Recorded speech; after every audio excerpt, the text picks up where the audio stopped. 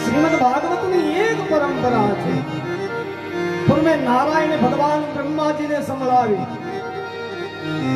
ब्रह्मा जी नारद ने संभळावी, नारद जी द्वारा व्यास जी ने कहेवामां આવ્યું, व्यास जी द्वारा सुखदेव जी ने कहेवामां આવ્યું, સુતપરાણીએ શૌનકાદિક ઋષિઓને સંભળાવ્યું।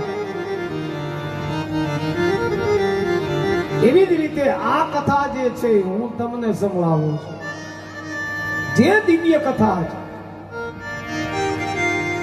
તો જેને માનવને મૃત્યુનો ભય સતાવે, મૃત્યુના ભયમાંથી શોકમાંથી જો કોઈ ઉગારે તો ભગવાન કૃષ્ણ છે। રોજ ભગવાન કૃષ્ણનું સામીપ્ય, ભગવાનનું શરણ જીવાત્માએ લેવું પડે। મુકમ કરોતિ વાચાલમ પંગુ લંઘયતે ગિરિમ, ભગવાન કૃપા કરે તો મૂંગો બોલતો થાય ને પાંગળો પર્વત ઓળંગતો થાય, ભગવાન જો દયા કરે। પણ એક વાર આપણે ભગવાનના જ બની જાય, ભગવાનના શરણે જ સમર્પિત થઈ જાય તો ભગવાન આપણને ઉગારે છે, ભગવાન આપણી રક્ષા કરે। તો સર્વના નિયંતા, સર્વના સ્વામી ભગવાન નારાયણ, જેના શરણે કોટી કોટી પ્રણામ કરી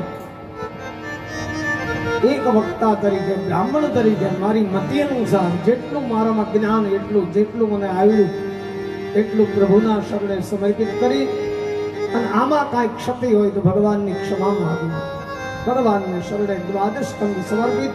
હરિઓમ તત્સત, કૃષ્ણાર્પણમસ્તુ। 7 દિવસની કથા માલાણી પરિવારને આંગણે શ્રી લક્ષ્મણભાઈ તથા ત્રાગજીભાઈ એમના પૂર્વજોના ઉદ્ધાર માટે પુત્રએ જે કરવું જોઈએ એ પિતૃના ઋણમાંથી છૂટવા માટે આ પરિવારે ભાગીરથ ગંગાનું આયોજન કર્યું। જેમના એમના સંતાનો ભાઈ શ્રી બિપિનભાઈ, ચિરાગભાઈ, રાજેશભાઈ, સાગરભાઈ અને એક સહર્ષભાઈ વધારે મદદમાં રહેતા, આ બધાએ મળીને જે પરોપકારનું કાર્ય કર્યું, પોતાના આત્માના કલ્યાણ માટે, પિતૃઓના ઉદ્ધાર માટે, અને આપણને બધાને ભાગવતની કથા સાંભળવા મળે એટલા માટે આ ભાગીરથ દિવ્ય આયોજન કર્યું। એ બદલ માલાણી પરિવારનો ખૂબ ખૂબ ધન્યવાદ। અને આવા નવા સત્કર્મો જે આ કળિયુગની અંદર માનવીને પાપમતી જેને સૂજે છે એવા માનવીના હૃદયમાં પુણ્યનો ઉદય કરવા માટે આ પરિવારે અથાગ પ્રયત્ન કર્યો છે।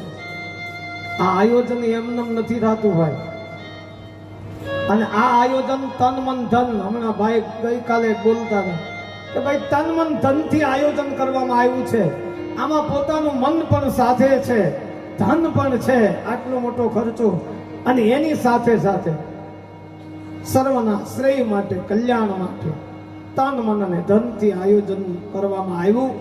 તો આયોજન સર્વશ્રેષ્ઠ નિર્વિઘ્ન રીતે આપણે પરિપૂર્ણતાને હારે પહોંચી ગયું। ભગવાન ઠાકોરજીની કૃપાથી આયોજન નિર્વિઘ્ન પરિપૂર્ણ થયું। કેમ કે લક્ષ્મણભાઈ આમ તો મને વારે વારે એ ભાર બહુ દેતા, જે પૂછે ને ત્યારે દાદા એવું મુહૂર્ત હોવું જોઈએ નિર્વિઘ્ન પૂરું થઈ જાય, એવું મુહૂર્ત હોવું જોઈએ। પણ મેં ભગવાન ઠાકોરજી ઉપર છોડ્યું કે લક્ષ્મણભાઈની ઈચ્છા ભગવાન પૂરી કરે, અને પૂરી પણ થઈ। તો ભગવાનની કૃપાથી ભાઈ શ્રી લક્ષ્મણભાઈ તેમજ પ્રાગજીભાઈના મનોરથ પૂર્ણ કરવા માટે એણે એના માત પિતાના ઋણમાંથી અને એના પૂર્વજો, વડીલો, દાદા, પરદાદા અનેક પેઢીઓનો ઉદ્ધાર કરવા માટે આ પરિવારે જે આ ઋણ ચૂકવ્યું છે એ ઋણ સ્વર્ગની અંદર પણ પ્રશંસનીય ગણાય છે ભાગવતની દ્રષ્ટિએ, કે ભાઈ આવા સંતાનો જે થાય, જે પિતૃઓનો ઉદ્ધાર કરે ને કુળને ઉજાળે। ભગવાન શંકરે પાર્વતીને કહ્યું છે કે હે ભવાની, એવા કુળને હું ધન્યવાદ આપું છું કે જે કુળની અંદર આવો સુપુત્ર થાય, કે જે માત પિતાનું કલ્યાણ કરે, પૂર્વજોનું કલ્યાણ કરે, જગતના જીવોનું કલ્યાણ કરે, આવો પુત્ર જો કુળની અંદર જન્મે એને ભગવાન શંકર કે હું પણ પ્રણામ કરું છું। કે સો કુલ ઉમા ધન્ય, ઈ કુળ ધન્ય છે। કે જે કુળ ભગવાનના ગુણગાન કરે છે, ભગવાનના ગુણગાન કરાવે છે, દાને એટલું આપે છે, ખૂબ બધું આપે છે અને પરમાત્માને પ્રસન્ન કરવા પૂરતા પ્રયત્નો એ કરે છે. તો એવો પવિત્ર પરિવાર, પવિત્ર એટલા માટે કે અમે બ્રાહ્મણો છીએ, આટલા દિવસથી અહીંયા ભોજન કરીએ છીએ, કથા કરીએ છીએ, પૂજાઓ કરીએ છીએ, એમાં એમનો પરિવાર, એમના યુવાનો સતત અમારી ઉપર ઊભા પગે રહે છે. જે કાંઈ અમારે જરૂર હોય, કોઈ અપેક્ષા એવી નથી કે અમારી સંતોષાણી નથી, એવી સુવિધા આ લોકોએ પૂરી પાડીને એટલું મેનેજમેન્ટ સરસ હતું 7 દિવસનું કે કોઈ પણ વાતની ખામી ક્યાંય લાગે નહીં આપણને, એવી વ્યવસ્થા આ લોકોએ ગોઠવી છે. અમને બ્રાહ્મણોને ખૂબ હાંચવા છે. અને કથામાં તો મેં પછી કીધું કે બ્રાહ્મણોને જમાડીને દક્ષિણા આપવી પડે, એ તો પહેલે દીથી જ આપે છે. કથામાં બીજે ત્રીજે દી ઠેઠ આવ્યું, પણ રોજ જમાડીને રોજ દક્ષિણા સાથે અમને જમાડે છે. અને એમના ભાણેજો જેને કામ સોંપ્યું, અમારા મહેશભાઈ શિરોયા, સંદીપભાઈ શિરોયા, પ્રતાપભાઈ તળાવિયા, આ 3ના નામની મને ખબર છે. અને એક આમ તો ખોડા બાપાના ભાણિયાના દીકરા મહેશભાઈ શાંતિનગર શિરોયા, આ બધા જ લોકોએ સહયોગ આપ્યો. એમાં આ જે ભાણિયા જે છે લક્ષ્મણ બાપાના, એ તો સતત અમારી હાજરીમાં રહ્યા છે, સતત એને મહેનત કરી છે. તો આ બધાને હું મારા તરફથી ખૂબ ખૂબ ધન્યવાદ આપું છું કે આવા ધર્મના કાર્ય કાયમ કરતા રહ્યો. અને એ સિવાય આ પરિવારથી આમંત્રિત થયેલા જે રસોડાની અંદર કામ કરતા સ્વયંસેવકો તરીકે જેણે ફરજ બજાવી, આ બધા ભાઈઓ ઊભા છે. સુંદર વ્યવસ્થા એની કેટલી ગોઠવેલી છે.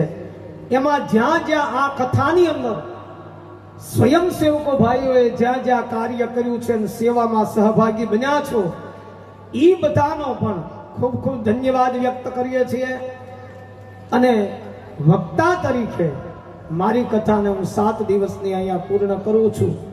એમાં તમારી સુધી જો મારી કથા સારી અને વ્યવસ્થિત રીતે તમે સાંભળી હોય અને મારું મહત્વ જો વધ્યું હોય તો અમારા સુરેશભાઈ સાઉન્ડ વાળા એને તાળીઓથી વધારે, કે જેને અમને બધાને ઉજળા કરવા માટે એની મહેનત આમાં હારી હોય. હા, એના થકી જ આમ તો કથા આખી વધારે સારી દેખાય. તો એવી રીતે બધાએ સહયોગ આપ્યો. એની સાથે મારા સંગીત વાળા, જેને જેટલું સંગીતનું જ્ઞાન છે એ પોતાએ પ્રગટ કર્યું અને સુંદર મજાનું સંગીત આપી અને કથાને આપણે અવસર બનાવી દીધો. અને બીજા ભૂદેવો અહીંયા પાઠ કરે છે, બ્રાહ્મણ દેવતાઓ સવારમાં જે પૂજા કરાવે એ બધાના ચરણે વંદન. કેમ કે બ્રાહ્મણો થકી તો ભગવાને એમ કહ્યું કે હું જગદીશ્વર કહેવાનો, બ્રાહ્મણ થકી હું રામ કહેવાનો, બ્રાહ્મણ થકી 14 લોકમાં મારી કીર્તિ છે. હવે ભગવાન જો બ્રાહ્મણ થકી ઉજળા હોય તો અમે કેમ નહીં? હું ભલે બ્રાહ્મણ રહ્યો, પણ મને આ લોકોના આશીર્વાદ, બ્રાહ્મણો ગામના હશે, અશોક દાદા ઉપસ્થિત છે અહીંયા, અને બ્રાહ્મણો થકી આપણે મહેતાભાઈ અમારે આમ તો સંબંધી થાય, ઘણા આઘા બેઠા. તો આ બ્રાહ્મણો છે, સાધુઓ જેટલા અહીંયા બિરાજમાન છે, મહાત્માઓ પણ આવે છે. ઘણાના નામ મને આવડે, ઘણાના નથી આવડે. જગુ બાપુ આજ છે કે નહીં? હા, જગુ બાપુ પણ ઉપસ્થિત છે, જેની પાસેથી મેં તમને અગાઉ ચાલુ કથામાં વાત કરી હતી કે ભાઈ મારી કથાનો મૂળ પાયો જગુ બાપુ છે. હું આટલી ઊંચાઈએ બેઠો એનો મૂળ પાયો જગુ બાપુ, કે જેણે મને માર્ગદર્શન આપ્યું કથાનું અને રામકથા શીખવી અને મને આગળ લાવ્યા. તો એવા સાધુઓ પણ છે કે જે પરોપકારના કાર્ય કરે. પોતે ભલે અત્યારે કદાચ ન વાંચતા હોય, પણ એણે એક સત્કર્મ એવું કર્યું કે એની કથા અનેક લોકો સુધી પહોંચે. તો એવા સાધુઓના ચરણે વંદન, બ્રાહ્મણોના ચરણે વંદન. આપ બધા શ્રોતાજનોએ મને જે 7 દિવસ સાંભળ્યો, એમાં મારી કથામાં ક્યાંય ભૂલ થઈ હોય, ક્યાંય બોલવામાં, ક્યાંય દાખલા દ્રષ્ટાંત આપવામાં, ક્યારેક આપણને આનંદ કરાવવામાં કાંઈ ભૂલથી બોલાઈ ગયું હોય તો બદલ ક્ષમા. પણ આપ બધા રોજ કથા સાંભળતા રહેજો. કથા ગમે એની હોય, ભગવાનની કથા રોજ સાંભળવી, રોજ કીર્તન કરવું. આજ કથા પૂરી થાય છે, ભક્તિ પૂરી નથી થઈ જતી. હા, આપણે જે ભક્તિ કરતા હોય ને એ પૂરી નથી થતી, ખાલી કથા જ પૂરી થઈ. અને એ હું તો લક્ષ્મણભાઈ કે હજી આંકું હાથ દીધી જા. પણ આપણે આજ આયા કથા વિરામ લે છે. કથા ક્યારે પૂરી થતી નથી. વળી ભગવાન કૃપા કરશે તો ફરીને ક્યારેક પાછી ચાલુ થાય. મારે તો હજી એક કથા ચાલુ જ છે. કોણ તો કથા બહુ કરી. સવારથી બપોર સુધી ભાગવત કરવું, બપોર પછી સાંજ સુધી રામકથા કરવું, રાત્રે ઘરે જાવ સત્યનારાયણની કથા કરવું. કથામાં ને કથામાં રાત થઈ જાય. એટલી બધી કથાઓ પણ હાલી છે. તો ભગવાનની કૃપાથી ખૂબ કથા થાય છે. એ ઉત્તમ ગણવામાં આવે. જેટલી કથા ને જેટલું કીર્તન, જેટલું ભજન, જેટલું ભક્તિ, જેટલું દાન આ પૃથ્વી ઉપર થાય ને એ પાપને ધોનારું થાય છે.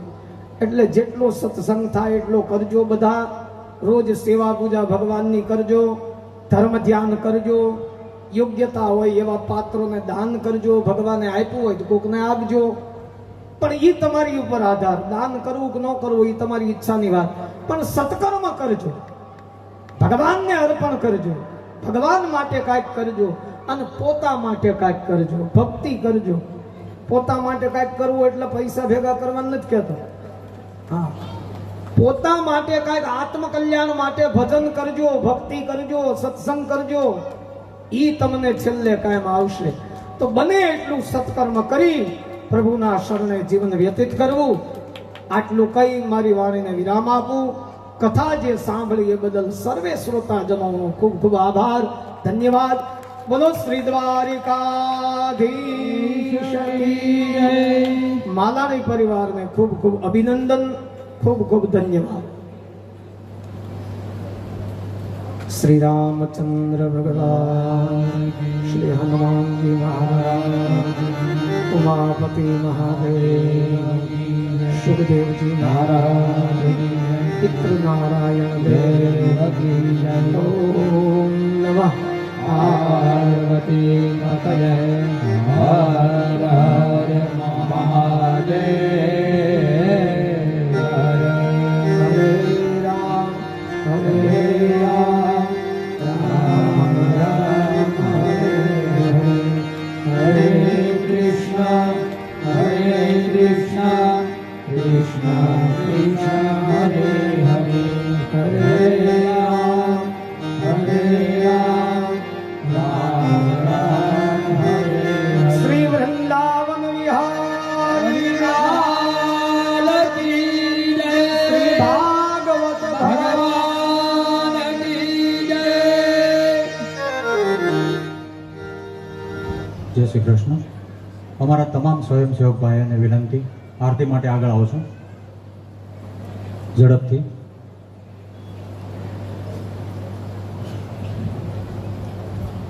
સાથે આપણા આગેવાન